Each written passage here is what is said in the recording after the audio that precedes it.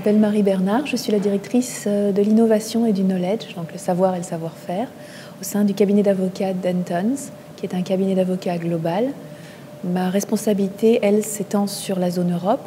La zone Europe, pour Dentons, ça comprend une grande partie des pays, entre eux, pour schématiser, l'Espagne et le Kazakhstan. Donc c'est une Europe élargie. Notre projet tournait autour de l'intranet, parce que l'intranet, pour un cabinet d'avocats, et je pense pour toute une série de compagnies, c'est un outil critique pour partager de l'information, consolider des savoirs. Notre intranet, il commençait à être un petit peu vieux. Je crois qu'il avait 5 ans à l'époque où on a commencé le projet. On s'est dit, soit on reprend les méthodes un petit peu anciennes, c'est-à-dire on met d'un côté les solutions IT, les solutions technologiques, et on demande aux gens de nous produire du contenu et on voit si la sauce prend, si ça marche. Ou bien on fonctionne différemment, on met en marche une démarche un peu plus innovante et on consulte nos clients internes, nos utilisateurs sur leurs aspirations, leurs frustrations avec l'outil actuel, et on leur dit qu'est-ce que vous voulez, qu'est-ce que vous utiliseriez, qu'est-ce qui serait facile et utile pour votre expérience métier quotidienne. Il nous fallait un outil qui était capable de nous permettre de consolider, de récolter tout ce savoir, toutes ces envies, toutes ces frustrations aussi de nos utilisateurs. Alors ma démarche, ça a été de faire un benchmark. J'ai regardé différentes solutions et sur le marché, on peut faire appel à des grosses boîtes qui vont nous sortir un peu out of the box des plateformes. Et puis, j'ai eu l'occasion de croiser Nicolas Ribou-Sinclair et Hervé Leroy. On a discuté, leur plateforme est tout à fait comparable, mais avec une taille humaine. Et je pense que ça a bien fonctionné sur le plan humain également dès la première rencontre. J'ai consulté certains de mes collègues qui sont à la direction de l'innovation, notamment dans des groupes industriels, et qui m'ont confirmé avoir travaillé sur des consultations collaboratives ou pas avec Ecdis. Donc, ça a été la validation de mon intuition. Nous avons beaucoup aimé, je pense, la facilité de jouer, parce que c'est presque, oui, c'est le mot que j'ai envie d'utiliser, de jouer avec les différents éléments, de les positionner nous-mêmes sans avoir recours nécessairement à quelqu'un d'Ecdis, pouvoir les faire apparaître, disparaître en fonction de l'évolution du community management. Ça, c'était fantastique.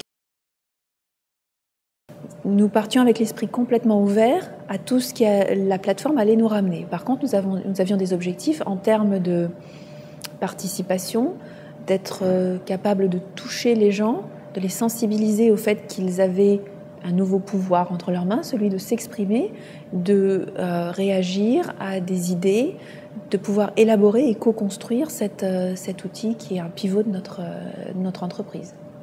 Donc on a mis en place un réseau de champions.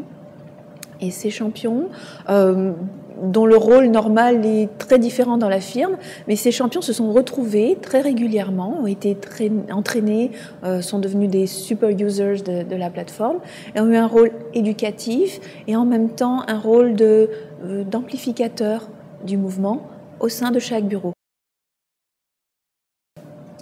Nous avons structuré le projet en plusieurs phases. Il y a eu d'abord une phase complètement ouverte d'idéation, où les employés, les 1600 personnes, étaient invités à s'exprimer très spontanément, très librement. Donc ça a été une première phase d'à peu près 4 semaines, qui nous a permis de faire remonter à la surface un certain nombre de points récurrents que nous avons appelés les concepts, que dans une seconde phase, nous avons repoussé vers ces utilisateurs et repoussé vers les champions pour pouvoir avoir un sentiment un peu plus sophistiqué, avoir une conversation un peu plus élaborée autour de ces points qui semblaient vraiment récurrents et critiques et importants.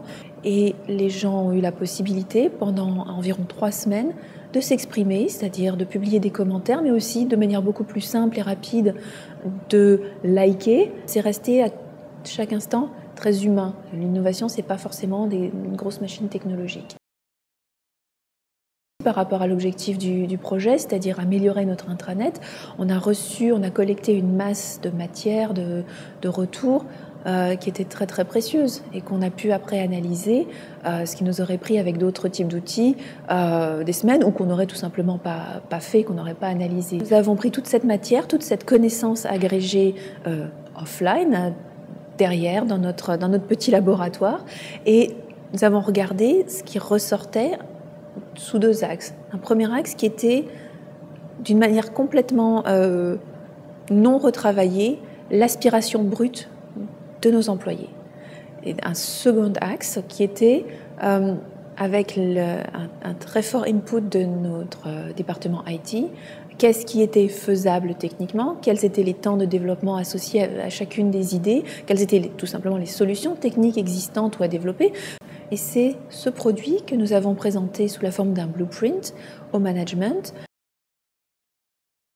C'est dans l'air du temps, c'est quelque chose que les employés demandent, et toutes générations confondues, de pouvoir être consultés, de pouvoir donner leur avis d'une manière structurée, et de la part des dirigeants, de la part des leaders auxquels on rapporte, c'est également l'assurance que le processus va être contrôlé, va pouvoir être analysé de manière sereine et pour donner des résultats pérennes. Donc c'est gagnant-gagnant sur de nombreux points.